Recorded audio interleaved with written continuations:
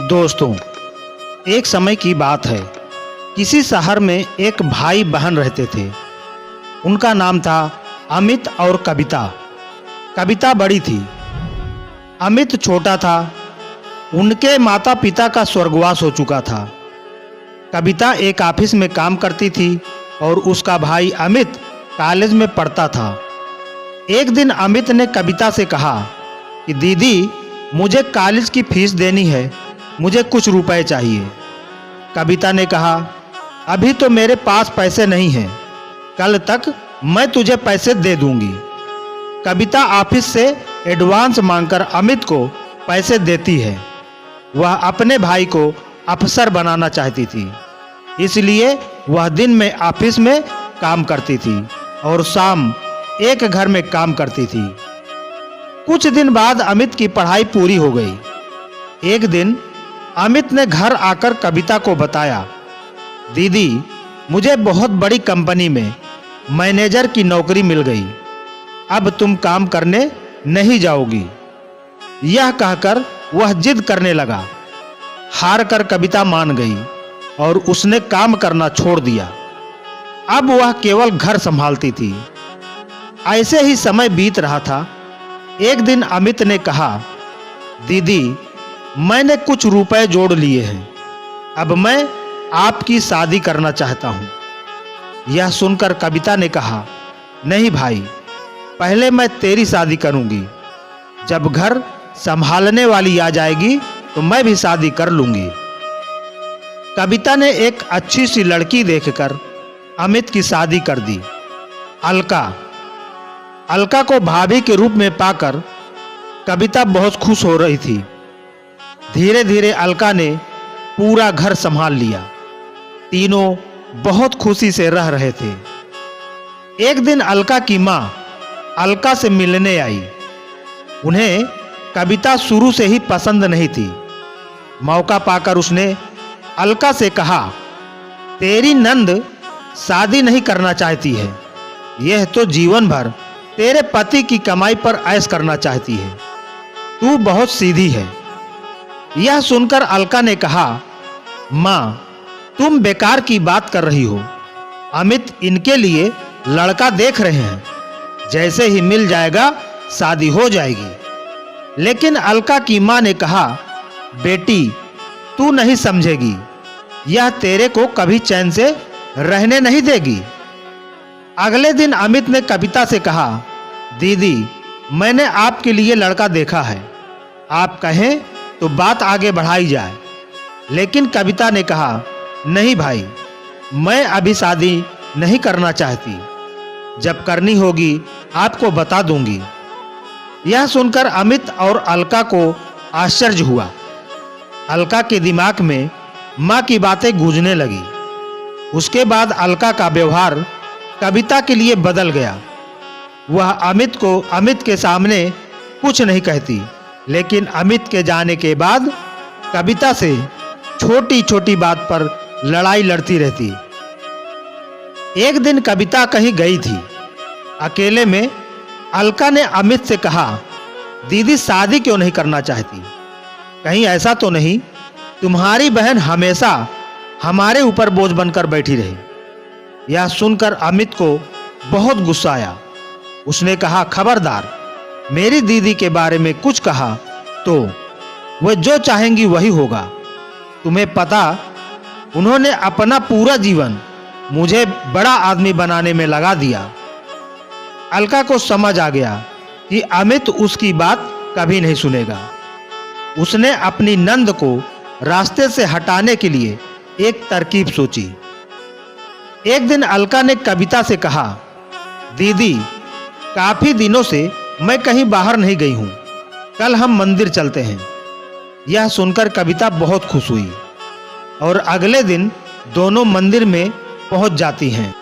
मंदिर में पूजा करने के बाद अलका कविता को प्रसाद देती है। उसने प्रसाद में कुछ मिला रखा था। प्रसाद खाकर कविता बेहोश हो जाती है। अलका उसे छोड़कर घर वापस आ जाती है। उसे लगता है जहर मिले प्रसाद से कुछ देर में कविता मर जाएगी। कुछ देर बाद कविता को होश आता है, लेकिन वह अपनी पिछली जिंदगी भूल गई। वह मंदिर में बैठकर रोने लगती है। शाम को जब अमित घर वापस आकर अलका से कविता के बारे में पूछता है तो अलका कहती है, दीदी तीर्थ यात्रा पर गई हैं, कुछ दिनों में वापस आ जाएंगी। तब अमित कहता है कि दीदी मुझे बगैर बताए अचानक कैसे चली गई। वह परेशान हो जाता है, लेकिन अलका उसे समझाकर शांत कर देती है। इधर कविता को उसी मंदिर के पुजारी मंदिर में स्थान दे देते हैं। वह दिन रात मंदिर में सेवा करने लगती है। मंदिर के सभी भक्त और पुजारी कविता का बहुत ध्यान रखते थे। ऐसे ही समय बीत रहा था, लेकिन कविता को पिछला कुछ याद नहीं आ रहा था। काफी दिन बीत जाने पर अमित कविता को ढूंढने निकल गया। वह कविता को ढूंढता रहा, लेकिन कविता कहीं नहीं मिली। एक दिन वह थककर उसी मंदिर में एक पेड़ के नीचे बैठा था। तभी वहां कविता आई। उसने कहा, भैया मंदिर में भंडारा शुरू हो रहा है, आप भी बैठकर भोजन कर लीजिए। कविता की आवाज सुनकर अमित चौंक गया। कविता को देखकर वह रोने लगा। तब कविता ने कहा, भैया आप क्यों रो रहे हो? तभी वहां पुजारी बाबा आ गए। उन्होंने अमित से पूछा तो अमित कविता के बारे में बताया। पुजारी बाबा ने कहा, यह लड़की यहां बेहोश मिली थी। होश आया तो इसे कुछ याद नहीं था। अच्छा हुआ तुम मिल गए। इसे अपने घर ले जाओ। भगवान ने चाहा तो वहां जाकर इसकी याददाश्त वापस आ जाएगी। अमित ने कविता को चलने के लिए कहा तो वह रोने लगी और जाने से मना कर दिया, लेकिन अमित जिद कर रहा था। तब कविता ने कहा, भाई मुझे सब कुछ याद है, लेकिन मैंने जानबूझकर नाटक किया ताकि तुम और भाभी मेरे बिना खुश रह सको। भाभी को मेरा घर में रहना पसंद नहीं, इसलिए अब मैं उस घर में नहीं जाना चाहती। यह सुनकर अमित रोने लगा और कविता से बोला, दीदी अगर आप घर नहीं चलोगी तो मैं भी यहीं रहूंगा। उसकी बातें सुनकर कविता घर आने के लिए तैयार हो गई, लेकिन उसने अमित से कहा, मेरी एक शर्त है, तुम भाभी पर गुस्सा नहीं करोगे। अमित मान गया और कविता को लेकर घर आ गया। कविता को देखकर अलका सहम गई। वह रोने लगी और उसने अमित और कविता से माफी मांगी। कविता के कहने पर अमित ने उसे माफ कर दिया। कुछ दिन बाद कविता ने शादी कर ली और अपने ससुराल विदा हो गई। परमा एकादशी की व्रत कथा। एक गांव में सुमित्रा नाम की एक गरीब बुढ़िया माई रहती थी। उसे आंखों से बहुत कम दिखाई देता था। उसका एक पुत्र था, हरिया। वह खेतों में काम करता था। इस तरह दोनों अपना जीवन किसी प्रकार काट रहे थे। सुमित्रा दिन रात श्री हरि विष्णु के नाम का जाप करती रहती थी। वह भगवान विष्णु की भक्ति करती थी, किंतु आंख से दिखाई न देने के कारण वह पूजा पाठ नहीं कर पाती थी। एक दिन बुढ़िया माई ने अपने बेटे से कहा, बेटा मैं आंखों से देख नहीं पाती, मुझसे घर का काम भी नहीं होता, तू विवाह कर ले जिससे घर में बहू आ जाए। तो हरिया बहुत सीधा साधा था। उसने विवाह के लिए हाँ कर दी। कुछ ही दिनों में सुमित्रा के घर बहू आ गई। सुमित्रा बहुत खुश थी। नई बहू घर का सारा काम कर लेती थी।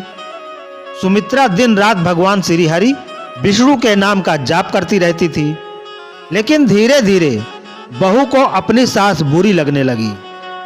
वह सुमित्रा को रूखा सूखा बचा खाना दे देती, कुछ भी कहने पर लड़ने के लिए तैयार हो जाती। कुछ ही दिन में सुमित्रा बहुत परेशान हो गई। हरिया को इसके बारे में कुछ पता नहीं था। एक दिन बहू ने सुमित्रा से कहा, माँ जी आप तो भगवान का दिन रात जाप करती रहती हैं, यह मंदिर में जाकर क्यों नहीं करती? आपको बहुत पुण्य मिलेगा। यह सुनकर सुमित्रा ने कहा, बेटी मैं अंधी मंदिर कैसे जा सकती हूँ? बहू ने जवाब दिया, आप चिंता ना करें माँ जी, मैं आपको मंदिर ले चलती हूँ। सुमित्रा बहुत खुश हुई। बहू सुमित्रा को एक दूर के मंदिर में ले जाती है और कहती है, माँ जी आप यहाँ जाप कीजिए, मैं शाम को आपको ले जाऊंगी। सुमित्रा वहीं जाप करने बैठ जाती है। बहू वापस जाती है। जब रात हो जाती है तो सुमित्रा बहू को आवाज देती है, लेकिन उसकी बहू वहां नहीं आई थी। सुमित्रा समझ जाती है कि उसकी बहू ने उसके साथ छल किया है। वह भूखी प्यासी उसी मंदिर में श्री हरि विष्णु नाम का जाप करती रहती है। इधर हरिया जब अपनी माँ के बारे में पूछता है तो उसकी पत्नी कहती है, कई साधु आए थे, माँ जी उनके साथ तीर्थ यात्रा पर चली गईं, 1 महीने बाद आएंगी। इधर सुमित्रा को 5 दिन हो जाते हैं। भूखे प्यासे उसे कुछ दिखाई नहीं देता था, इस कारण वह कहीं जा नहीं सकती थी। 5वें दिन रात के समय जब उसकी चेतना जाने लगी तो उसने कहा, हे श्री हरि विष्णु, मेरे जितने भी पुण्य कर्म है उनका फल मेरी बहू को दे देना, क्योंकि उसी के कारण मैं आपके चरणों में प्राण त्याग रही हूं। तभी उसे तेज प्रकाश का आभास होता है। जब वह देखती है तो श्री हरि विष्णु स्वयं उसके सामने खड़े होते हैं। सुमित्रा उनके पैरों में गिर जाती है। तब विष्णु भगवान कहते हैं, आज से ठीक 5 दिन पहले परमा एकादशी थी, तब से तुम मेरा निर्जला व्रत कर रही हो। इस तरह तुमने न केवल परमा एकादशी का व्रत किया, बल्कि पंचरात्रि व्रत भी पूरा कर लिया।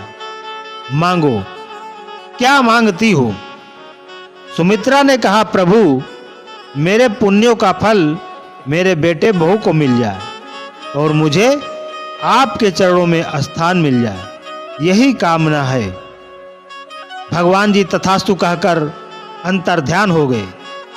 तभी बुढ़िया माई ने देखा, उसकी आंखें ठीक हो गई। सामने उसके बेटे बहू खड़े थे। बहू ने कहा, माँ जी मुझे माफ कर दीजिए, मैंने सपने में देखा आप मुझ जैसी पापी को अपने पुण्य कर्म दे रही हैं। मैंने यह सपना इन्हें बताया और इनसे माफी मांगी, साथ ही इन्हें लेकर यहाँ आ गई। आप मुझे माफ कर दीजिए और घर चलिए। हरिया भी बोला, माँ आपको पता है मैं कब से आपको ढूंढ रहा हूँ, आप घर चलिए, आप कहेंगी तो मैं इसे छोड़ दूंगा। यह सुनकर सुमित्रा ने कहा कि जिसे प्रभु ने खुद दर्शन दिए हों वह अब कुछ और नहीं देखना चाहती। तुम दोनों भी भगवान श्री हरि की भक्ति करते रहना, मैं तो अब जा रही हूं। यह कहकर सुमित्रा ने वहीं अपने प्राण त्याग दिए। तो दोस्तों, आपको यह कहानी कैसी लगी कमेंट करके जरूर बताएं।